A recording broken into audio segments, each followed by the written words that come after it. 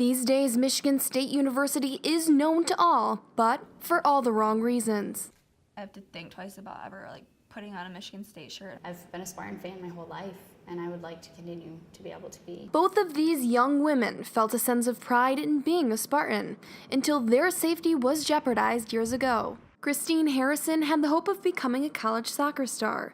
When she had a shooting pain in her pelvis, she knew it was crucial to go in and see Dr. Nassar. After 8 months of treatment, there was no diagnosis. He told me that my fracture was only one of 2 that he had seen throughout his entire career being a doctor. So I was like, oh, that's why he had to do what he was doing. I was justifying him putting his hands where he did. Jessica Smith recalls seeing many photos and thank you notes of her idols proudly displayed on Nassar's walls. Smith described this as Nassar's resume, and she was determined to someday make it on that wall. I sent him a thank you card and a photo of me that were on his wall. And girls after me that would go saying oh, I saw your picture on the wall, and how special that made you feel, and how I essentially wrote a letter that said thank you for sexually abusing me. Names and faces are one thing until you begin to draw connections to them. Lansing area local Chase Robinson shares how devastating this is to the entire community. When you see the list come out and you recognize names and you see people who you kind of grew up with and you see that they were affected by this, that really gets you a little fired up. Retired local teacher Sandy Shannon wishes that her students who are seeing Nassar could have felt comfortable confiding in her years ago. They would come and tell me and show me their medals. And now I think back about those little girls, because they were just 6th graders. And I think I'm sure that this was happening to them.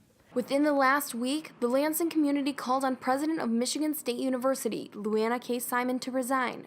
When Simon did resign, many felt Simon shouldn't have had that decision to make, that ultimately she should have been terminated. It's insulting. It's a slap in the face, but it's also a step in the right direction. Many sister survivors also believe taking a step in the right direction involves holding those who knew about the abuse accountable. Michaela Thrush shares that she believes Nassar's fate has been sealed. Thrush, however, still believes Twistar's John Geddert needs to be brought to justice for physical abuse allegations. He grabbed me in the middle of the air. You have the high bar and then you have the low bar, and I was right in between. He grabbed me and threw me on top of the low bar. And that was it. I was done after that. Over the course of 20 years, it is believed that 17 people knew about the abuse. Nassar is not the only person in Lansing with a guilty conscience. Because you are guilty, aren't you? Are you guilty, sir? I said my plea, exactly. Larry Nassar has officially been sentenced 40 to 175 years in prison. 175 years is 2,100 months. The MSU community is still unsure whether or not anyone has any new information or will be stepping down. This investigation has not yet seen its end. Reporting for Good Day DePaul, I'm Madison Gardner.